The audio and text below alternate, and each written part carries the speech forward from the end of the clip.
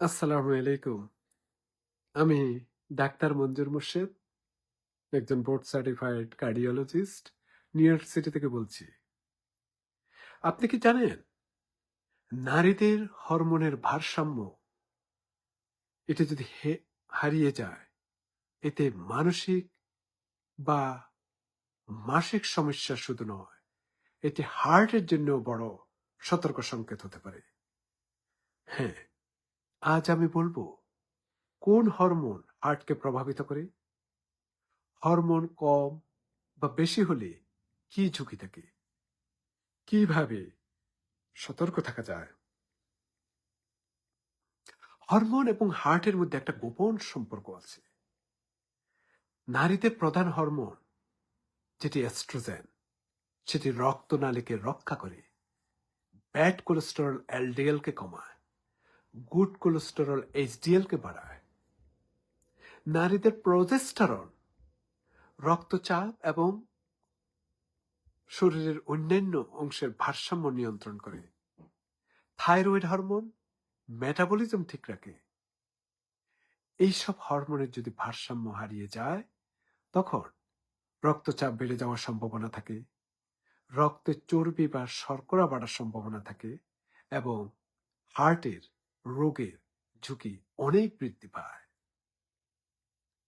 কেন মেনোপজ এবং হার্টের ঝুঁকি তৈরি করে? আপনারা জানেন, মেনোপজ যখন মহিলাদের পিরিয়ড বা অপুলেশন বয়স যখন অ্যাবাউট 50 ইয়ার্স ওল্ডের পর যখন আর থাকে না, তখন আপনার বিভিন্ন হরমোনগুলো কমে যায়। একটি হচ্ছে যে এস্ট্রোজেন। এই মেনোপজের পর এস্ট্রোজেন যদি কমে যায়, তখন গুড কোলেস্টেরলটা কমে যায়, ব্যাড কোলেস্টেরল এলডিএলটা বেড়ে যায় এবং এতে রক্তচাপও বৃদ্ধি পায়। গবেষণায় দেখা গিয়েছে, মেনোপজের পর নারীদের হার্ট ডিজিজের ঝুঁকি পুরুষদের সমান বা বেশি। সুতরাং মেনোপজ শুধু মাসিক বন্ধ হওয়া নয়, হার্টের জন্য সতর্ক সংকেত। এবার আসুন থাইরয়েড এবং হার্ট নিয়ে বলি। যাদের হাইপো থাইরয়েড আছে, তাদের মেটাবলিজমটা ধীর হয়, যার ফলে এলডিএল ব্যাড কোলেস্ট্রলটা বেশি হয়।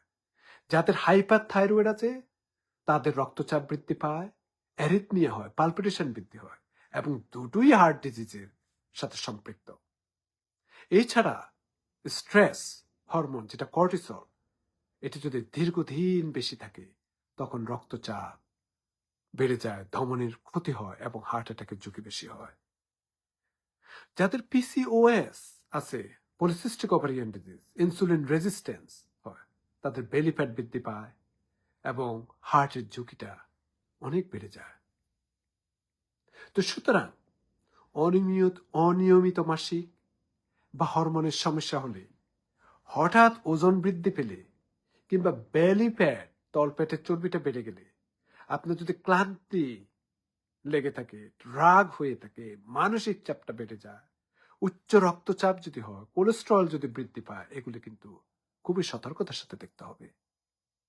প্রতিকার কিভাবে করবেন? হরমোনের পরীক্ষা করবেন, স্বাস্থ্যকর জীবনধারা মেনটেন করবেন, ব্যায়াম, ঘুম, স্বাস্থ্যকর খাবার দাবার খেতে চেষ্টা করবেন, এই স্ট্রেসটা কমানোর চেষ্টা করবেন। প্রয়োজনে হরমোনের ডাক্তার এন্ডোক্রিনোলজিস্টকে দেখাবেন। কারণ আপনার শরীরের উপর আপনারই অধিকার আছে। হরমোনের সমস্যা উপেক্ষা করবেন না, সময় মতো পরীক্ষা এবং চিকিৎসা নিন। হরমোন ইমব্যালেন্স শুধু মানসিক এবং মাসিক সমস্যা নয়, এটি সরাসরি হার্ট ডিজিজের ঝুঁকি বাড়াতে পারে। সুতরাং সচেতন থাকুন, পরীক্ষা করুন এবং জীবন ধারা ঠিক রাখুন। মনে রাখবেন, হরমোন ঠিক রাখা মানেই হচ্ছে হার্ট এবং জীবন বাঁচানো। আজ এই পর্যন্ত। আবার আরেকটা ভিডিও নিয়ে আপনাদের সম্মুখে আসবো। সেই পর্যন্ত ভালো থাকুন, সুস্থ থাকুন, নিরাপদে থাকুন। আমার জন্য দোয়া করবেন। আল্লাহ হাফেজ।